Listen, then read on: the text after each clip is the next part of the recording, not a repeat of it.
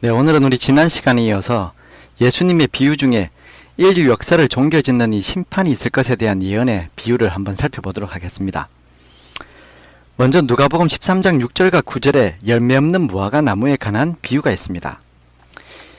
이 누가복음 13장 7절은 이런 말로 시작합니다. 가원지기에게 이르되 내가 3년을 와서 인 무화과 나무에서 실과를 구하되 얻지 못하니 찍어버리라. 어찌 땅만 버리느냐 라는 말씀입니다. 여러분, 기다림은 답답하고 지루하고 불편한 것입니다. 근데 이 기다림이라는 것은 필요하고 간절할 때 생기는 것입니다. 그래서 우리가 잘 기다리는 법이라고 하는 것은 그 기다림의 시간을 가치 있는 일들로 채우는 것입니다. 그것이 기다림을 잘 보내는 지혜로운 방법이라는 것이죠. 오늘 우리가 이 살펴보고 있는 열매 없는 무화과 나무에 관한 이 비유는 3년간의 기회가 주어집니다. 그리고 그 기회에 대한 심판이 있다는 것입니다. 여러분, 때때로 하나님께서 우리에게 주시는 모든 기회들은 은혜입니다. 은혜라는 것이 무엇입니까? 은혜란 우리가 할 수 없는 일을 하게 하는 것이 은혜입니다. 이 비유에서 은혜라는 것은 열매를 위하여 주어진 것입니다. 주인이 3년 동안 기다린 것은 3년 동안의 기회를 준 것입니다. 성장하고 열매 맺게 기다려 준 것이죠. 근데 은혜라는 기회가 주어졌는데도 열매를 맺지 못하는 인생이 되었다는 것입니다. 또 재림 기별에서 제일 중요한 것은 실제적인 변화와 성장입니다. 하나님의 생명과 그분의 축복이 이 모든 것들이 우리에게는 은혜가 되는 것입니다. 그런데 사람들이 이런 은혜를 자랑만 하고 살면서 결국 열매가 없이 입만무상한 인생이 될 수 있다는 것이죠. 여러분, 이 비유에서 우리가 살펴보면 하나님께서 우리에게 이 기회로 주신 은혜라는 시간을 우리가 자랑하는 것이 아니라 그 속에서 우리는 나누고 성장하고 또 열매를 맺어야 하는 것입니다. 학생들에게도 마찬가지입니다. 학생들에게도 기다림이라는 시간이 주어집니다. 그래서 그 기다림이라는 시간을 어떻게 보내느냐가 참 중요한 것이죠. 근면하게 또 부지런하게 자기 시간을 가치 있는 것들로 채우면서 보내는 것입니다. 여러분, 이 일이 우리에게 왜 중요한 것입니까? 이렇게 기다림의 시간을 좋은 것으로 보내지 않으면 결국 마지막에 가서는 그 열매로 인하여 심판받는 때가 있다는 것이죠. 하나님께서는 우리를 위하여 이 오랜 시간을 기다리고 계십니다. 그 기다림이라는 것 자체가 우리에게는 때때로 답답함이 될 수도 있고 언제 주님이 오시나 막연하게 원망하게 되는 그런 시간이 될 수도 있지만, 하지만 하나님께서 우리에게 주신 이 기다림의 시간은 은혜의 시간이고 그 시간 동안 우리는 성숙하고 열매를 맺고 또 자라나야 한다는 것입니다. 그렇지 않으면 그 결과가 무엇입니까? 그 결과는 오늘 이 비유에서 말하고 있는 것처럼 찍어 버리게 된다라는 것입니다. 그리고 또 하나의 비유는 마태복음 13장 24절에서 30절에 있는 가라지의 비유입니다. 여러분, 이 가라지 비유 다음에 이어서 하신 비유가 우리가 지난 시간에 살펴본 겨자씨 비유와 가루 서말 속에 넣어서 모두 부풀게 한 누룩에 관한 비유입니다. 사실 이 세 가지는 동일하게 성장에 관한 말씀을 주고 있습니다. 그리스도인들이 실제적인 변화와 성장이 필요하다는 것입니다. 그리고 가라지 비유에서는 이 성장에 따라서 알곡과 가라지가 분리될 것이다 라고 하고 있습니다. 여러분, 그리스도인 삶에 있어서 중요한 것은 성장입니다. 근데 그 성장의 결과에 따라서 또 심판이 있다는 것입니다. 그래서 성장하고 싶으면 하고 싶지 않으면 그냥 말아도 되는 그러한 일들이 아닙니다. 여러분, 그리스도인들은 반드시 주님 안에서 성장해야 합니다. 우리는 그리스도 안에서 열매 맺어야 합니다. 그렇지 않으면 모든 사람들은 사망의 열매를 맺을 수밖에 없는 존재라는 것입니다. 이러한 구별에 대한 강조는 하나님께서 우리에게 주신 그 심판과 관련된 모든 예언들에 자주 나타납니다. 마태복음 13장 47절과 50절에서는 그물의 비유가 있습니다. 이 비유에서는 같은 그물 안에도 구별함이 있다는 것입니다. 같은 밭에 또는 같은 그물 안에 알곡과 가라지가 있고 좋은 것과 못된 것이 함께 있다는 것입니다. 그리고 이 좋고 나쁨의 가장 큰 구분의 기준이 무엇입니까? 그것이 바로 성장이라는 것입니다. 실제적인 변화, 또 하나님의 말씀을 듣고 실천하느냐, 실천하지 않느냐, 이것이 심판날에 구별되는 기준이 된다는 것입니다. 사실 이 실천하느냐 하지 않느냐라는 이 문제는 바꿔 이야기하면 성령이 함께 계시느냐 함께 계시지 않느냐라는 문제입니다. 우리가 그리스도인으로 행하는 것은 성령의 도움으로 가능하기 때문에 그렇죠. 성령의 도움 없이 아무것도 성장할 수가 없는 것입니다. 모든 그리스도인들은 하나님의 은혜가 없이는 한 발도 하나님의 의를 향해서 나아갈 수 없는 연약한 존재들입니다. 근데 이런 영혼들이 성장함으로 성장을 기준으로 해서 구별된다는 것은 결국 성령께서 우리와 함께 하시느냐 함께 하지 않느냐 라는 중요한 문제에서 결정된다는 것입니다. 이러한 것들이 기준이 되어서 우리는 구별되게 될 것입니다. 여러분, 사람들이 구별하면은 대부분은 내가 다른 사람들과 구별된다 이렇게 생각합니다. 하지만 여러분, 오늘 우리가 이 비유의 말씀들을 통해서 살펴보면 그리스도인들의 구별은 어떻게 되는 것입니까? 그 기준이 바로 성장이라고 했습니다. 성장은 그리스도 안에서 이루어지는 것입니다. 그래서 다른 사람과 구별된다는 말이 나를 다른 사람과 구별시켜서 특별한 존재로 만든다, 이런 차별의 의미가 아닙니다. 여러분, 이 구별은 우리가 그리스도께 우리 자신을 드림으로 하나님 안에서 성장하느냐 성장하지 않느냐에 따라서 결정된다는 것입니다. 여러분, 이 사실은 우리에게 참으로 중요한 것이죠. 우리가 어떤 처지에 있는 사람이든지 또 내가 어떤 사람이든지 자기 자신을 하나님께 드릴 수만 있다면 우리는 하나님의 자녀로 또 귀한 존재로 알곡으로 구별된다는 것입니다. 양과 염소의 비유도 마찬가지입니다. 마태복음 25장 31절에서 46절까지 나와 있는 이 비유에서도 재림과 또 그때에 있을 구별에 대한 이야기를 하고 있습니다. 그러면서 그 속에서 하나님께서 정말 원하시는 그분의 본심이 무엇인지 우리에게 보여주고 있습니다. 여러분, 이 비유의 내용이 어떤 것입니까? 주님께서 오실 때 양은 오른편에 염소는 왼편에 모으라고 하셨습니다. 그리고 구원받은 양에게 영원한 나라를 상속받으라고 하시고 왼편에 있는 심판받는 이들에게는 영영한 불에 들어가라 라고 말씀하십니다. 근데 여러분, 이 말씀을 자세히 보면 참 재미있는 사실이 있습니다. 이 마태복음 25장 34절에 그때의 임금이 그 오른편에 있는 자들에게 이르시되 내 아버지께 복을 받을 자들이여 나와 창세로부터 너희를 위하여 예배된 날을 상속하라 라고 하였습니다. 그러면서 여기 분명히 이야기하기를 너를 위하여 라고 하였습니다.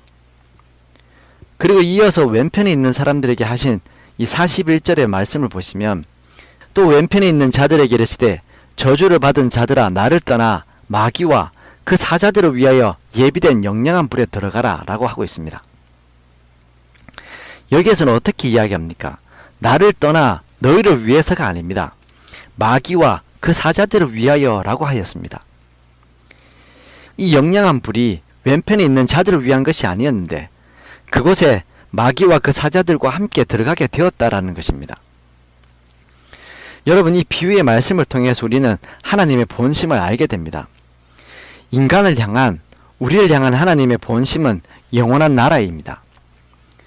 근데 사람들이 고집스럽게 하나님을 떠나서 어디로 간다는 것입니까? 마귀와 그 사자들을 위하여 예비된 영영한 불에 들어간다는 것입니다. 이 하나님께서 죽을 수밖에 없는 세상에 마련하신 것은 심판이 아니라 구원이었습니다. 근데 그 구원의 손을 반복해서 거절하고 사람들은 살아가고 있다는 것이죠. 이것이 우리뿐만 아니라 하나님의 마음을 아프게 하는 일들이라는 것입니다. 그리고 또 하나, 이 비유의 말씀에서 우리가 살펴볼 것은 구원받은 이들의 삶의 특징입니다.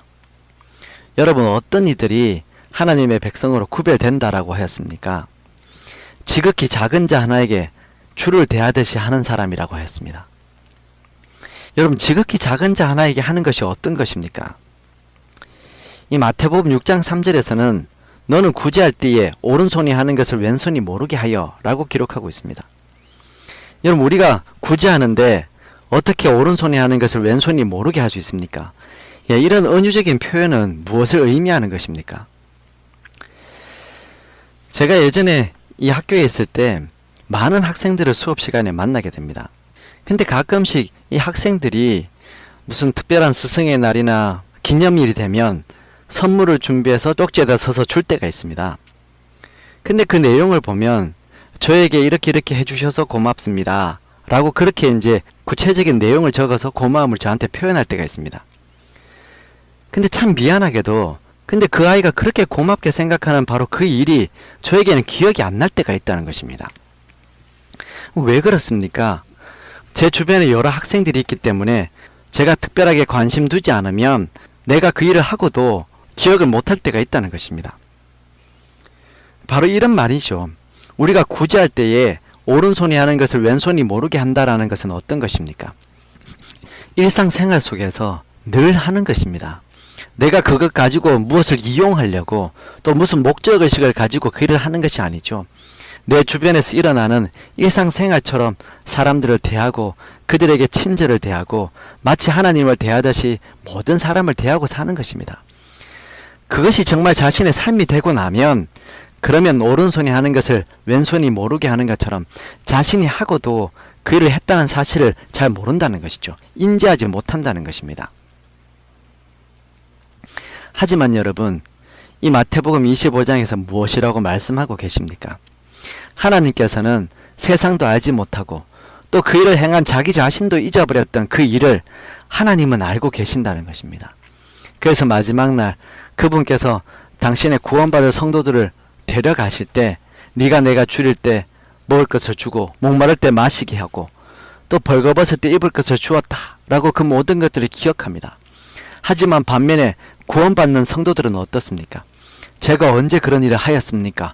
라고 오히려 반문하는 것이죠. 이것이 구원받는 이들의 삶의 특징이다 라고 설명하고 있는 것입니다. 여러분, 예수님께서는 우리에게 마지막 날 분명한 심판이 있을 것을 이야기하고 계십니다. 여러 비유의 말씀들이나 또 주님께서 우리에게 이 말씀을 통해 주신 모든 성경 자체가 예수 그리스도의 재림을 우리에게 말하고 있습니다. 그리고 그 재림 때에는 반드시 심판이 있을 것입니다. 이 분명한 예언 앞에서 하나님께서는 여러 비유의 말씀들로 우리에게 교훈하고 계시는 것이죠. 여러분, 우리에게 주신 이 모든 시간들은 은혜의 시간이라고 하였습니다. 여러분, 우리가 이 은혜의 시간 동안 뭘 해야 하는 것입니까? 성장이 있어야 한다는 것이죠. 성령의 은혜 안에서 우리는 날마다 우리 자신을 되돌아보고 또 그분의 능력으로 그분의 은혜 안에서 날마다 성장해 나가야 한다는 것입니다. 이것이 우리를 구분 짓는 기준이기 때문에 그렇다고 하였습니다. 오늘 여러분과 제가 이런 하나님의 교훈의 말씀들에 늘 귀를 기울이고 사는 그런 지혜로운 믿음 생활을 꼭 할 수 있게 되기를 바랍니다. 그리고 우리 교재 7과 이 마지막에 보시면 예수님께서 3년 반 동안 다니셨던 그 땅의 지도에 관한 이야기가 있습니다. 여러분, 이 지도는 하나님이신 예수님께서 이 땅에 오셔서 그분이 남기셨던 발자취를 우리에게 보여주고 있습니다. 여러분, 이 지도에서 무엇을 느낄 수 있습니까?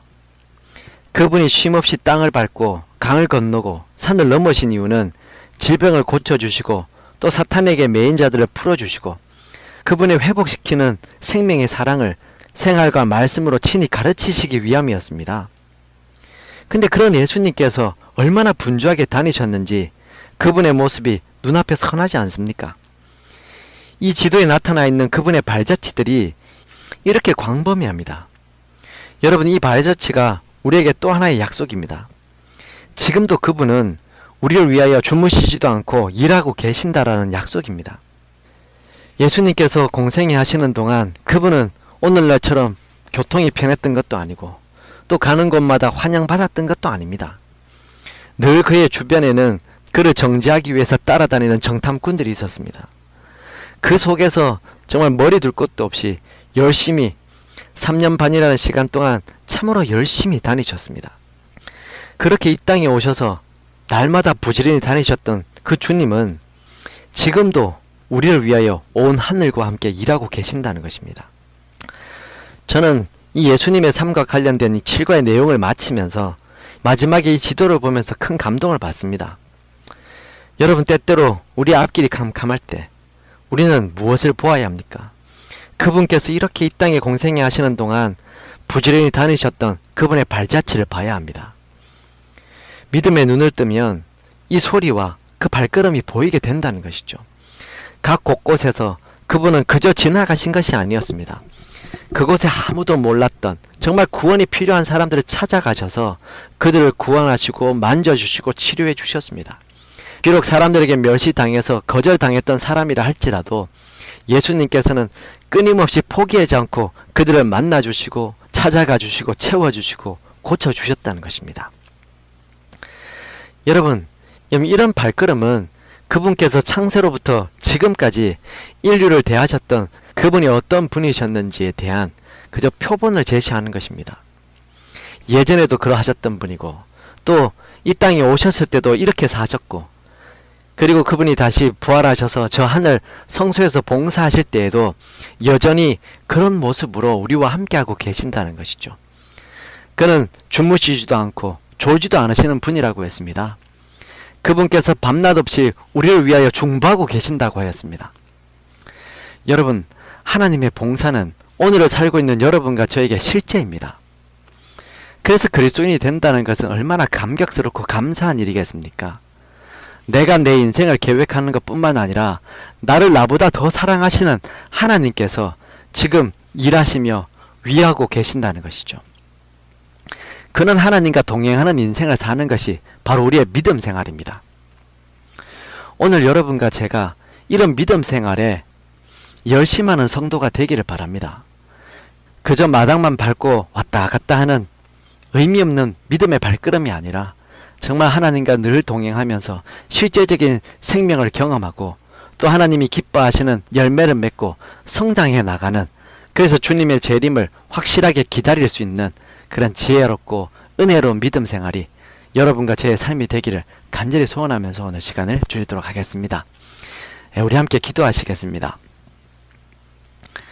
사랑하는 우리 주님, 우리 하나님께서 이 마지막 때에 우리에게 분명히 하나님의 심판이 있을 것을 말씀과 비유를 통해서 알려주셔서 감사합니다. 주님, 하나님이 지금 우리를 기다려주시고 있는 이 모든 시간들이 우리에게 큰 은혜가 된다는 사실을 다시 한번 깨닫게 해주셨사오니 우리가 이 은혜의 시간을 사는 동안 참으로 성장하는 믿음의 삶을 살 수 있도록 주님 축복하여 주시옵소서. 기다림의 시간을 은혜로 채우게 해주시고 또 하나님의 말씀으로 채우게 해주시고 주님께서 기뻐하시는 사명을 감당하는 선교와 봉사로 우리의 삶을 채워나갈 수 있도록 주님 역사하여 주시옵소서.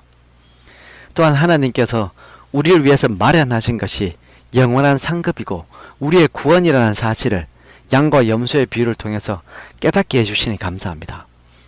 주님, 매일의 신앙생활이 우리를 위하시는 하나님과 동행하는 삶이 되도록 인도하여 주시고 지금도 우리를 위하여 쉬지 않고 일하시는 하나님의 은혜에 늘 감사하며 사는 지혜로운 삶이 되도록 역사하여 주시옵기를 예수님 이름 받들어 간절히 기도드립니다. 아멘. 네, 감사합니다. 우리 또 다음 시간에 뵙도록 하겠습니다.